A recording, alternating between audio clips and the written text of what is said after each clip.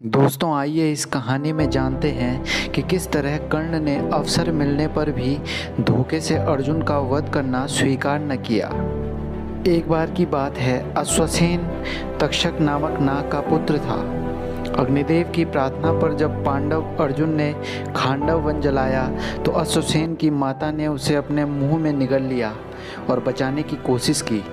वो आकाश मार्ग से भागने लगी तो अर्जुन ने उसके फन पर बाण मारा। अश्वसेन की माता तो मर गई, किंतु अश्वसेन बचकर निकल गई। अर्जुन से माता की हत्या का बदला लेने हेतु अश्वसेन महाभारत के युद्ध में कर्ण के धनुष पर चढ़ा था। इसी बीच महाभारत के युद्ध में कर्ण ने अर्जुन को मार गिराने की प्रतिज्ञा की थी।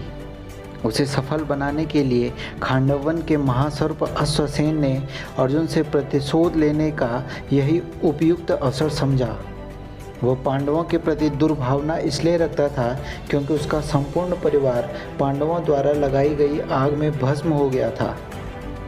अश्वसेन ने सोचा कि अर्जुन की मृत्यु से पांडवों का आधा बल क्षीण हो जाएगा, अतः वह दानवीर कर्ण के तर्कस में बाण बनकर प्रवेश कर गया।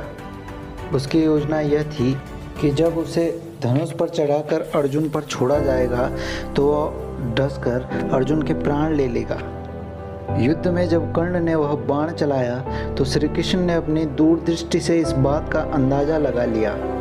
अतः जैसे ही कर्ण ने वह बाण छोड़ा, श्री कृष्ण ने रथ के घोड़ों को जमीन पर बैठा दिया। बाण अर्जुन का मुकुट काटता हुआ ऊपर से निकल गया। अपनी असफलता से क्षुब्ध होकर अश्वसेन ने कर्ण के सामने प्रकट होकर कहा, अब की बार मुझे साधारण तीर की भांति मत चलाना। कर्ण ने आश्चर्य से पूछा, आप कौन हैं? कर्ण के पूछने पर अश्वसेन ने अपने परिवार के समाप्त होने के बारे में बताते हुए कहा, मैं अर्जुन से प्रतिशोध लेना चाहता हूँ। कर्ण ने उसकी सहायता के प्रति आभार व्यक्त किया और कहा, हे भद्र, मुझे अपने ही पुरुषार्थ से नीति युद्ध लड़ने दीजिए। आपकी अनीति युक्त छद्म सहायता लेकर जीतने से तो हारना ही अच्छा रहेगा। मैं छल से कोई युद्ध नहीं जीतना चाहता। कर्ण की नीति निष्ठा देख अश्वसेन खांडवन लौट गया। दोस्तों, कर्ण के इन्हीं सभी गुणों को देख शायद आज भी लोग अर्जुन से ज़्यादा कर्ण को पसंद करते। महाभारत का भयंकर युद्ध चल रहा था।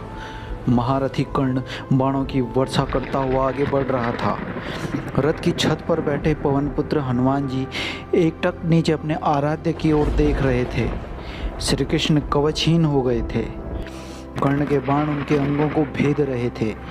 हनुमान जी को यह सहन नहीं हुआ। अकस्मात वह गर्जना करके दोनों हाथ ऊपर उठाकर कर्ण को मार देने के लिए उठ खड़े हुए। हनुमान जी की यह भयंकर गर्जना सुनकर ऐसा लगा मानो ब्रह्मांड फट गया हो। कौरव सेना तो पहले ही भाग चुकी थी और पांडव पक्ष की सेना भी उनकी गर्जना से भय से भागने लगी। हनुमान जी का क्रोध देखकर कर्ण के हाथ से धनुष छूट गया। भगवान श्री कृष्ण ने तत्काल उठकर अपना दायां हाथ उठाया और हनुमान जी को स्पर्श करके सावधान किया और बोले, तुम्हारे क्रोध करने का समय नहीं है। श्री कृष्ण के स्पर्श से हनुमान जी रुक तो गए, किंतु उनकी पूंछ खड़ी होकर आसमान में हिल रही थी। उनके दोनों हाथों की मुट्ठी बंद थी। उनकी आंखों में मानो आग निकल रही थी। हनुमान जी का क्रोध देखकर कर्ण और उसके साथी भय से कांपने लगे।